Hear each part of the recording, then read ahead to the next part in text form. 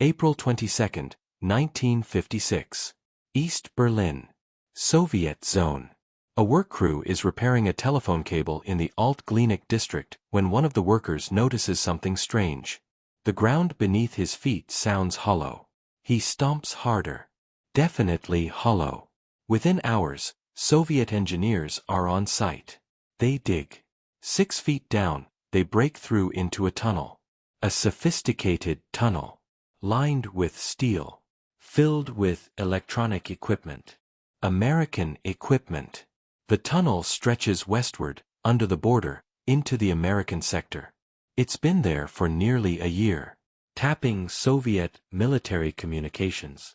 Recording every phone call, every teletype message, every order between Soviet headquarters in Berlin and Moscow. The Soviets are shocked. Outraged. They immediately call a press conference, inviting journalists from around the world to see this evidence of American espionage. They call it the tunnel of aggression. They photograph everything. They invite East German citizens to tour it. It becomes a propaganda victory. In Washington, the CIA is devastated. Operation Gold, their most ambitious intelligence operation of the Cold War, has been exposed. 11 months of work. Millions of dollars. Thousands of hours of intercepted communications. All gone. But here's what nobody knew in 1956. What wouldn't be revealed for another 30 years. The Soviets knew about the tunnel from the very beginning. Before the first shovel of dirt was moved. Before the first wire was tapped. They knew. And they let it happen anyway. This is the story of the tunnel under Berlin. The greatest intelligence operation of the Cold War. And the greatest betrayal. To understand the tunnel, you need to understand Berlin in the 1950s. The war has been over for nearly a decade, but Berlin remains divided. The western half, controlled by the Americans, British, and French, is an island of capitalism surrounded by communist East Germany. The eastern half belongs to the Soviet Union. But there's no wall yet. That won't come until 1961. In the early 1950s, the border is marked by signs, checkpoints, and the occasional guard. People still cross relatively freely. East Berliners work in West Berlin. West Berliners visit relatives in the East. And spies, from every nation, move through the shadows. Berlin is the spy capital of the world. The CIA estimates there are over 50,000 intelligence operatives from various nations working in the city. The Soviets have the KGB and the East German Stasi. The Americans have the CIA and military intelligence. The British have MI6. Even smaller nations have agents in Berlin, trying to gain advantage in the great game of the Cold War. And the prize everyone is after? Information. In 1952, a CIA officer named William King Harvey arrives in Berlin. He's the chief of the CIA's Berlin Operations Base, codename BOB. Harvey is a legend in American intelligence. He's the man who uncovered the British spy Kim Philby. He's ruthless, brilliant, and utterly committed to defeating the Soviets. Harvey has a problem. The CIA desperately needs intelligence on Soviet military capabilities in Eastern Europe. Troop movements. Order of battle. War plans. But human intelligence, spies on the ground, is increasingly difficult. The Soviets have gotten better at counterintelligence. Agents are being caught, turned, or executed. Harvey needs a new approach. Something the Soviets won't expect. The idea comes from the British. MI6 had successfully tapped Soviet communication lines in Vienna by digging a tunnel under the Soviet compound.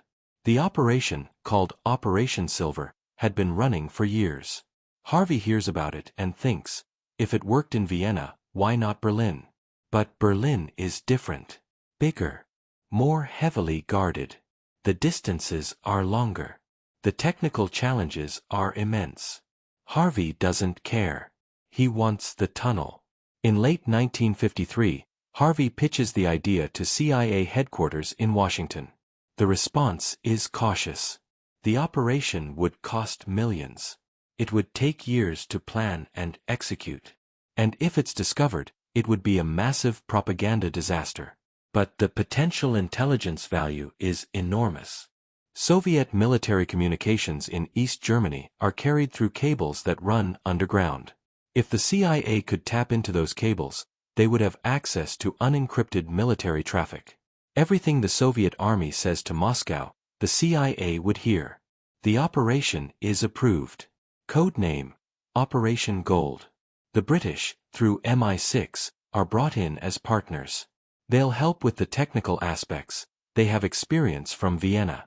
Now comes the hard part. How do you dig a 1,476-foot tunnel under a hostile border without anyone noticing? The Americans identify the target, a junction point where multiple Soviet communication cables converge in Alt-Glienicke, just inside the East Berlin border. Perfect.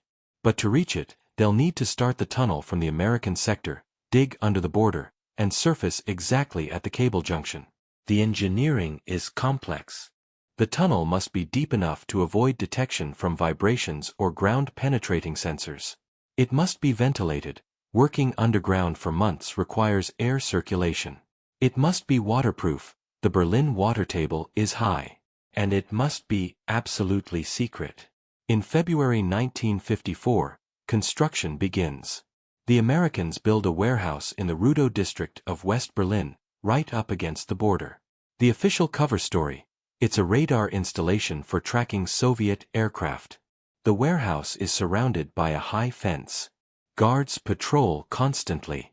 Nobody is allowed inside without top-level security clearance. Underneath the warehouse, engineers begin digging. The work is slow. Brutally slow. Every cubic foot of dirt must be removed quietly, without creating vibrations that might be detected by Soviet listening posts just hundreds of feet away. The excavated soil is hidden inside the warehouse. They can't risk trucks removing it. That would attract attention. The tunnel is 6 feet in diameter. Steel-lined. It angles slightly downward to get beneath the water table, then levels out. Lighting is installed.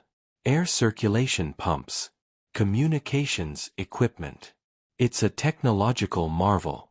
And it's being dug 24 hours a day, 7 days a week, by teams of engineers who have no idea if they're heading in the right direction. By August 1954, 6 months into construction, the tunnel reaches the border. The engineers pause. This is the moment of maximum danger. If Soviet sensors detect the digging, armed troops could be waiting on the other side. Harvey gives the order: keep digging. The tunnel crosses under the border. Nothing happens. No alarms. No troops. Just darkness and dirt.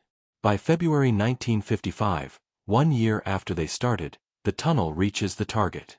The engineers can hear the Soviet communication cables humming above them. They're in the exact right spot. Now comes the most delicate part of the entire operation. A team of specialists drills up through the last few feet of earth and carefully exposes the Soviet cables. These are thick, insulated cables carrying hundreds of communication circuits. The team must tap into them without interrupting the signal. If there's even a momentary disruption, Soviet technicians will know something is wrong. The tap is installed over several nerve-wracking hours. Probe wires are inserted into the cables. Amplifiers are connected. Recording equipment is set up in the tunnel. And then, on May 11, 1955, the tap goes live. The CIA starts recording Soviet military communications in real time. Operation Gold is operational. For the next 11 months, the tunnel produces intelligence on a scale the CIA has never seen before. The tap captures 443 channels of communication. Phone calls. Teletype messages. Military orders. Intelligence reports. Every day, the recording equipment in the tunnel captures 50,000 conversations. The material is so voluminous that it overwhelms the CIA's translation and analysis capabilities. The agency sets up a special processing center in London, away from Berlin, to maintain security. Hundreds of Russian-speaking analysts work around the clock, transcribing and translating. What they find is extraordinary. Soviet military order of battle in East Germany. The exact location of every Soviet unit. Tank divisions. Artillery regiments. Airfields. Supply depots. In the event of war, American commanders will know exactly where to strike. Soviet war plans. Operational orders for a hypothetical invasion of West Germany. The CIA learns that in the event of war, Soviet doctrine calls for a massive armored thrust through the Fulda Gap, aiming to reach the Rhine River within days. This intelligence will shape NATO defensive planning for decades. Intelligence on Soviet military technology. Conversations between Soviet engineers reveal technical specifications for new tanks, aircraft, and missiles. The CIA learns about performance characteristics, weaknesses, production numbers. Political intelligence. The tunnel captures communications between Soviet military commanders and KGB officers. The CIA learns about internal Soviet politics, power struggles within the Communist Party, and Stalin's successors maneuvering for position after his death in 1953. Economic intelligence. Soviet officers discuss logistical challenges, fuel shortages, spare parts problems, morale issues among troops. The CIA realizes the Soviet military is not as formidable as feared. There are cracks in the system. One CIA analyst later described the tunnel's intelligence as the biggest single intelligence haul of the Cold War. Bill Harvey is vindicated. The risk was worth it. The tunnel is the crown jewel of American intelligence operations in Europe. But there's a problem. A problem that nobody at the CIA knows about yet. Let me introduce you to George Blake.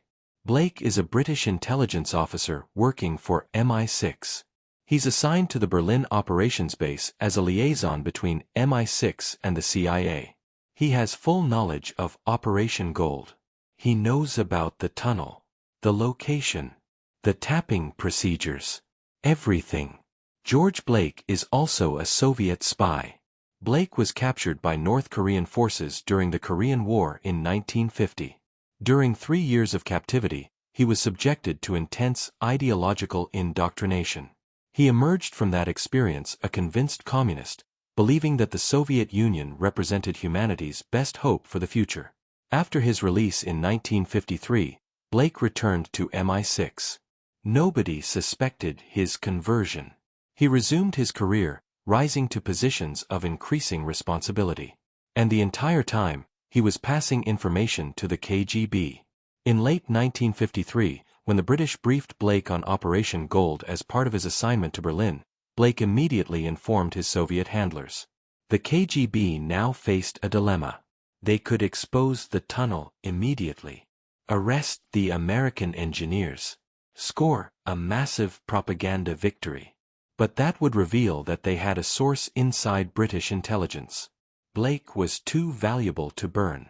Or they could let the tunnel operate. Let the Americans believe they were succeeding. And feed them information the Soviets wanted them to have.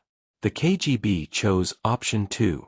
A secret directive went out from Moscow to Soviet military commanders in East Germany. Conduct all sensitive communications using secure methods, encrypted radio or courier. Use the tapped telephone lines only for routine traffic, or for information Moscow wanted the Americans to intercept. The tunnel became a counterintelligence operation. The Soviets were using it to deceive the CIA. But here's where it gets complicated. Because the Soviet deception was incomplete. Not every Soviet officer in East Germany knew about the tunnel. The secret was kept so tightly that only a handful of senior KGB officials were aware. Which meant that junior officers, technicians, and support staff continued using the tapped lines for genuine communications. The intelligence the CIA was receiving was a mix of real and manufactured. But they had no way to know which was which. And the Soviets had another problem. They couldn't let the tunnel run forever. Eventually, they'd need to discover it in a way that didn't expose Blake. They needed plausible deniability, a reason to find the tunnel that had nothing to do with a source inside British intelligence. So they waited. For nearly a year, the tunnel operated while the KGB planned how to end it. April 21, 1956. Late evening. In the tunnel, American and British technicians are at their posts, monitoring the intercepts. It's routine now. The operation has been running for 11 months without incident. Some of the operators are getting complacent. Above ground, in East Berlin, a Soviet maintenance crew is supposedly repairing a faulty telephone circuit. But this crew is different. They're KGB technical specialists, and they've been given very specific instructions. Find the tunnel in a way that looks like an accident. They discover anomalies in the telephone circuit. They dig. And at 11:15 p.m., they break through into the tunnel. The Americans monitoring the tap hear voices speaking Russian. Then the sound of digging. Harvey is immediately notified. He gives the order, evacuate. Leave everything. Just get out. The technicians in the tunnel scramble back toward the American sector. They take nothing with them except themselves. All the recording equipment, all the documents, all the evidence of the operation is left behind. By midnight, the tunnel is in Soviet hands. The Soviets could have kept it quiet. Sealed the tunnel. Pretended nothing happened. But that's not the plan. The KGB wants the propaganda value. The next morning, Soviet and East German authorities hold a press conference. They invite Western journalists to tour the tunnel. Photographers document every detail. The story makes headlines around the world. American spy tunnel discovered under Berlin. The Soviets stage the discovery as a great victory. They position it as proof of American aggression, of Western imperialism trying to undermine the peaceful socialist German Democratic Republic. East German citizens are brought through the tunnel in guided tours. Soviet propagandists call it a gangster act and imperialist banditry. In Washington and London, the reaction is panic. The operation has been exposed. The CIA's reputation is damaged. Congressional hearings are likely. Heads will roll. But something unexpected happens. Western public opinion doesn't turn against the CIA. Instead, there's a sense of admiration. The tunnel is seen as a brilliant operation. Daring. Ingenious. The fact that it worked for nearly a year is viewed as a success, not a failure. The New York Times runs a headline, "Tunnel shows U.S. willing to match Soviets in spy game." Even some members of Congress who are usually critical of the CIA express grudging respect. One senator is quoted saying, "At least our boys are fighting back." The propaganda victory the Soviets expected backfires. The tunnel becomes a symbol of American technological superiority and innovative intelligence work. But inside the CIA, there are questions. Uncomfortable questions. Some analysts notice something odd about the timing. Why did the Soviets discover the tunnel when they did? The supposed telephone repair that led to the discovery, was it really just coincidence? Bill Harvey doesn't think so. He suspects there might have been a leak. But from where? The operation was kept secret from all but the most senior officials. The British were trustworthy allies. Where could the leak have come from? Harvey launches a mole hunt. Every person with knowledge of Operation Gold is investigated. Backgrounds are checked again. Polygraph tests are administered. Nothing turns up. The investigation eventually goes quiet. The assumption becomes that the Soviets found the tunnel through technical means. Perhaps they noticed anomalies in the telephone circuits or detected vibrations from the equipment. George Blake continues his career with MI6.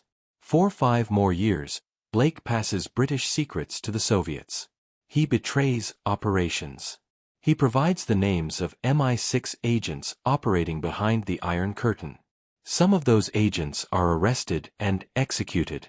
The full extent of Blake's treachery won't be discovered until 1961, when a Polish defector provides information that leads MI6 to finally investigate their own officer. Blake is arrested in April 1961. Confronted with evidence, he confesses. He admits to being a Soviet agent since 1953. He admits to betraying Operation Gold from the very beginning. The revelation is devastating. Everything the CIA thought they knew from the tunnel is now suspect. Was any of it real? Or was it all a Soviet deception? Blake is tried in secret and sentenced to 42 years in prison, the longest sentence ever imposed by a British court at that time. The judge specifically cites the lives lost due to Blake's betrayals. But Blake's story doesn't end there. In October 1966, Blake escapes from Wormwood Scrubs prison in London. It's a daring escape. He breaks out using a rope ladder thrown over the wall by accomplices. He makes his way across Europe and eventually reaches Moscow, where he's given a hero's welcome by the KGB. Blake lives in Moscow for the rest of his life. He's given Soviet citizenship, a comfortable apartment, and a pension. He remains unrepentant. In interviews, he insists he acted out of ideological conviction, that he believed he was serving humanity by helping the Soviet Union. George Blake dies in Moscow in December 2020, at the age of 98. He never served the remainder of his British sentence. But back in 1956, immediately after the tunnel is discovered, the CIA faces a critical question. Was it worth it? The answer is complicated. Here's the paradox at the heart of Operation Gold. Even though the Soviets knew about the tunnel from the beginning, it still produced valuable intelligence. Let me explain why. The KGB's plan to use the tunnel for deception relied on two assumptions. First, that all Soviet personnel in East Germany could be informed about the tap and instructed to avoid sensitive communications. Second, that Soviet officers would actually follow those instructions. Both assumptions proved incorrect. The secret about the tunnel was so closely held within the KGB that most Soviet military officers in East Germany had no idea their communications were being intercepted. Junior officers, logistics personnel, technicians, they continued using the tapped phone lines for routine communications. And even senior officers who were told to be careful occasionally forgot. Or they didn't take the warning seriously. Or they assumed a particular conversation wasn't sensitive enough to matter. The result, the CIA intercepted a mix of genuine intelligence and Soviet disinformation, but with no reliable way to distinguish between them. However, after Blake's arrest in 1961, CIA analysts went back through the tunnel material with new eyes. They could now cross-reference what they'd learned from the tunnel with what they'd learned from other sources in the years since. They began to identify patterns. What they found was surprising. Approximately 60 to 70% of the intelligence from the tunnel appeared to be genuine. The Soviets' deception operation had been partially successful, but not completely. Why? Because coordinating a deception operation of that scale across an entire military command structure is extraordinarily difficult. You can't tell everyone about the tunnel without risking the secret leaking to Western intelligence. But if you only tell a few people, then most of your personnel will continue communicating normally. The KGB chose to protect George Blake. That choice meant accepting that significant genuine intelligence would leak through the tunnel. So was Operation Gold worth it? From a pure intelligence perspective, yes. The tunnel provided actionable military intelligence that shaped NATO planning throughout the Cold War. The information about Soviet order of battle, war plans, and military capabilities was used by American and NATO commanders for decades. From a counterintelligence perspective, no. The operation was compromised from the start. The Soviets were able to use it for deception. And when Blake's betrayal was finally discovered, it led to a crisis of confidence within Western intelligence. If the tunnel was compromised, what else had Blake betrayed? From a propaganda perspective, surprisingly, yes. Despite the Soviet attempt to embarrass the United States, the tunnel actually enhanced the CIA's reputation. It demonstrated American willingness to take bold action in the intelligence war. But there's a human cost that's often forgotten. George Blake's betrayals weren't limited to Operation Gold. Over his years as a Soviet spy, he provided information that led to the deaths of an estimated 40 British agents operating behind the Iron Curtain. These were men and women who believed their government would protect them. They were betrayed by one of their own. One case haunts the historical record. In 1955, MI6 sent an agent into East Germany to recruit Soviet military officers. The agent's cover was as a businessman. Blake knew about the operation. He told the KGB. The agent was arrested by the Stasi within days of arriving. He was interrogated, tortured, and eventually executed. His name was classified for decades. His family was told he died in an accident. They never knew the truth. Only after the Cold War ended did the real story emerge. This is the hidden cost of betrayal. Not just the intelligence that's lost, but the lives that are destroyed. And here's the thing that should keep everyone awake at night. We don't know if there are other George Blakes still out there. Spies who haven't been caught. Operations that are currently compromised. The nature of espionage is that you rarely know when you've been betrayed until it's too late. The tunnel taught the CIA and MI6 several lessons. First, compartmentalization. After Operation Gold, intelligence operations were structured so that no single person had access to all aspects of an operation. If one person is compromised, the entire operation doesn't necessarily collapse. Second, verification. Intelligence from any single source, no matter how valuable it appears, must be verified through other sources. The CIA became more skeptical, more paranoid. This created its own problems. Sometimes genuine intelligence was dismissed as potential deception, but it made betrayal more difficult. Third, the limits of trust. The intelligence relationship between the United States and Britain was strained by Blake's betrayal. It took years to rebuild that trust. The special relationship between the CIA and MI6 was no longer quite so special. But perhaps the most important lesson was this. In the intelligence war, even victories can be hollow. Operation Gold was simultaneously a great success and a catastrophic failure. It produced valuable intelligence and it was betrayed from the start. Both things are true. This is the nature of the Cold War. Nothing is ever simple. Every operation carries multiple layers of deception. Trust is impossible. Verification is difficult. And the truth is often unknowable. The tunnel under Berlin was supposed to be a triumph of American ingenuity. Instead, it became a case study in the moral ambiguity of espionage. Today, you can visit the site where the tunnel was located. It's a parking lot now. There's a small plaque commemorating the operation. Most people who park there have no idea what happened beneath their feet. The tunnel itself was destroyed by the Soviets shortly after its discovery. They filled it with concrete, erased it, as if it never existed. But the legacy of Operation Gold lives on in several ways. First, in the field of signals intelligence. The tunnel proved that tapping communication cables could yield enormous amounts of valuable information. This insight shaped future operations. When the United States developed satellite technology, one of the first applications was signals intelligence, intercepting enemy communications from space. The National Security Agency, the NSA, built its entire operational doctrine around lessons learned from operations like the Berlin Tunnel. The idea that you could intercept, record, and analyze massive volumes of communications became the foundation of modern intelligence work. Second, in the technology of espionage. The engineering challenges of Operation Gold drove innovation. How do you dig a tunnel without being detected? How do you tap a communications cable without interrupting service? How do you record and process thousands of hours of intercepts?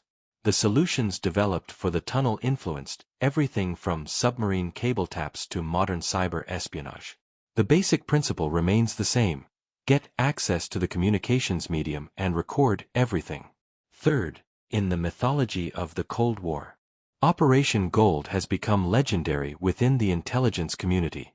Every CIA officer knows the story. It's taught at training facilities.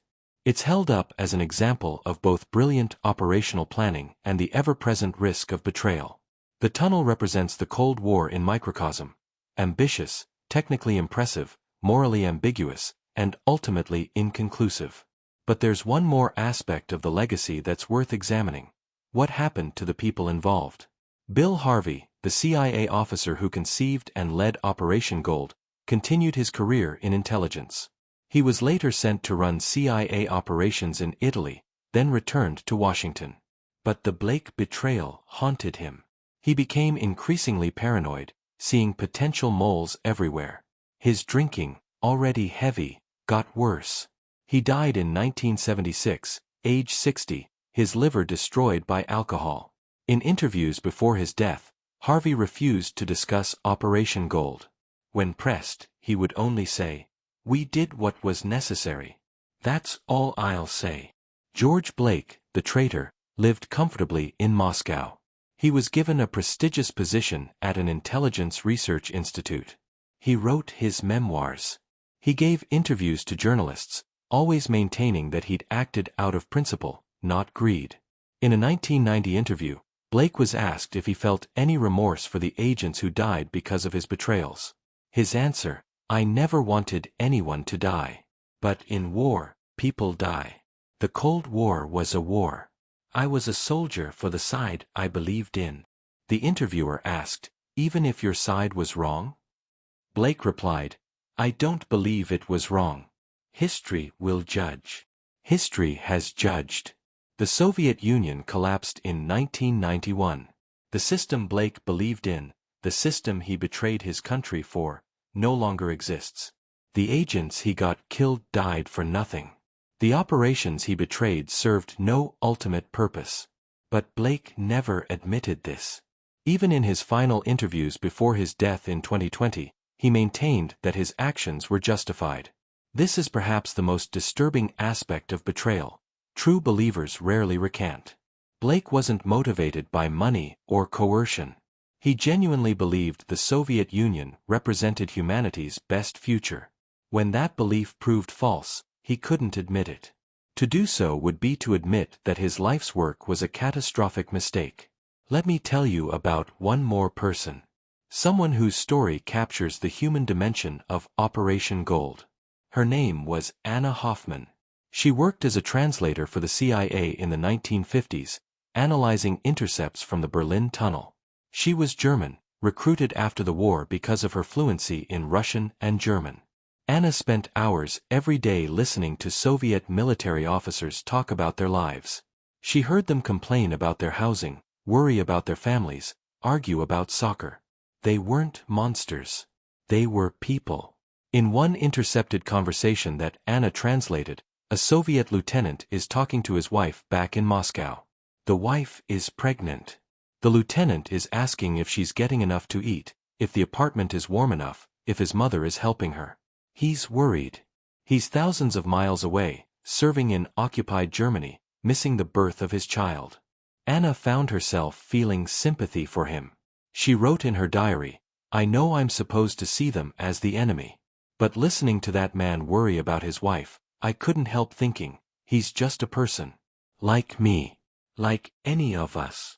After Operation Gold was exposed, Anna learned that some of the conversations she'd translated were likely deception, scripted by the KGB to mislead American analysts. The pregnant wife, the worried lieutenant, was any of it real? Or was it theater? She never knew. And not knowing tormented her. Anna left the CIA in 1958. She couldn't continue working in an environment where nothing was trustworthy. She moved to California, became a teacher, and never spoke publicly about her work until shortly before her death in 2003.